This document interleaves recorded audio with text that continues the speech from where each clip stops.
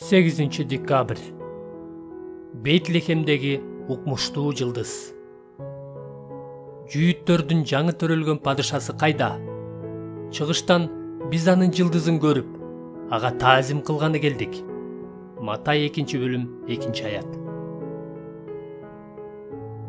Ыйык китептеги айрым нерселердин кандайча ишке ашканы көпчүлүк учурда бизди таң калтырат жана билгибиз келген суроолордун так жообун бербейт. Окуядагы жылдыз даанышмандарды кантип чыгыштан Иерусалимге чейин алып келди? Бул үзүндүдө ал жылдыз даанышмандарды багыттап же алардын алдында Иерусалимге чейин жол көрсөтүп келди деп айтылбайт. Даанышмандардын жөн гана чыгыштан жылдызды көргөнү жана Иерусалимге келгени айтылат. Матай 2-бөлүм 9-аятта айтылгандай, ошол жылдыз Иерусалимден Бейтлехемге чейинки кичинекей 8 чакырымдык аралыкта алардын алдында кандайча жылып отурду. Анан ал кантип наристе жаткан жерге келип токтоду. Мунун жообун биз билбейбиз. Көптөгөн адамдар муну планеталардын же кометалардын кошулушуна же жаңы пайда болгон жылдыздарга же кереметтүү жарыктарга салыштыруу аркылуу түшүндүргөнгө аракет кылышат. Бирок биз билбейбиз.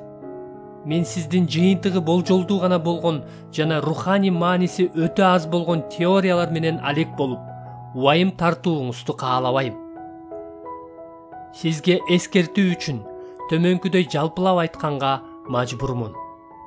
Жылдыз кандайча жылып отурганы, Кызыл деңиз кандайча бөлүнгөнү, манна кантип түшкөнү, Жунус балыктын ичинен кантип аман чыкканы, ай кантип канга айланганы сыяктуу суроолор менен алектенген адамдар, акыл эси маанисиз нерселерге толгон адамдар.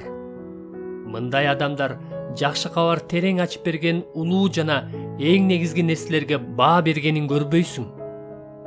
Мисалы, Кудайдын ыйыктыгы, күнөөнүн жамандыгы, адамдын алсыздыгы, Машаяктын өлүмү, ишеним аркылуу гана акталуу, рухтун ыйыктоочу иши, Машаяктын даңк менен кайра келиши жана акыркы сот сыяктуу нерселер мындайларды кызыктырбайт.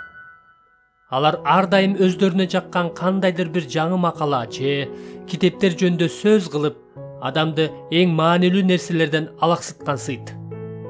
Улуу жана эң негизги чындыктар аларды көп деле кубандырбайт. Ал эми жылдыз маселесиндеги ачык айкын болгон нерсе бул анын өз алдынча жасай албаган нерсени жасап жатканы. Ал даанышмандарды Кудай уулуна таазим кылууга багыттаган. Ыйык китептик ой жүгүртүүгө ылайык жылдыздарга атайын бир ниетти аткарттырган бирөө гана бар. Ал Кудайдын өзү. Демек, бул окуядан үйрөнө турган сабагыбыз анык. Бөтөн жерликтерге Кудай өзү Машаякка таазим кылдыруу үчүн жетектеп барган. Ал муну ишке ашыруу үчүн бүткүл дүйнөлүк, атүгүл бүткүл ааламдык таасирди жана күчтү колдонгон. Лука өз жакшы кабарында Кудай Мариям деген карапайым бир кызды Бейтлехемге алып барып, уул төрөтүү аркылуу пайгамбарчылыкты ишке ашыруу үчүн бүткүл Рим империясына таасирин тийгизип, эл каттоону өз убагында кылганын көрсөтөт. Матай болсо, Кудайдын бөтөн жерликтердин чакан тобун Бейтлехемге алып келип, уулуна таазим кылдыруу үчүн асмандагы жылдыздарга таасир бергенин көрсөтөт. Бул Кудайдын ойлоп тапканы. Муну ал кылган. Ал муну азыр да жасап жатат. Анын максаты бардык элдердин анын уулуна таазим кылуусу. Кудайдын сиздин иш жериңиздеги, окууңуздагы, жашаган жериңиздеги жана үйүңүздөгү ар бир адам үчүн болгон эрки ушундай. Жакан 4-бөлүм 23-аятта айтылгандай, анткени ата да өзүнө ошондой табынуучуларды издейт. Матай жазган жакшы кабардын башында Кудайдын адамдарды кайра-кайра Машаякты барып көргөнгө чакырганын байкайбыз. Ал эми аягында кабарды башкаларга барып айтууну осуяттайт. Даанышмандар келип көрүштү. Биз барып айтышыбыз керек. Бирок китепте баштан аяк өзгөрбөгөн нерсе бул Кудайдын элдерди өз уулуна таазим кылдыруу үчүн чогултуу максаты жана ошону ишке ашырууда көрсөткөн күчү. Бул дүйнө бардык элдер чын дилден машаякка таазим кылып, аны даңкташы үчүн бар болуп турат.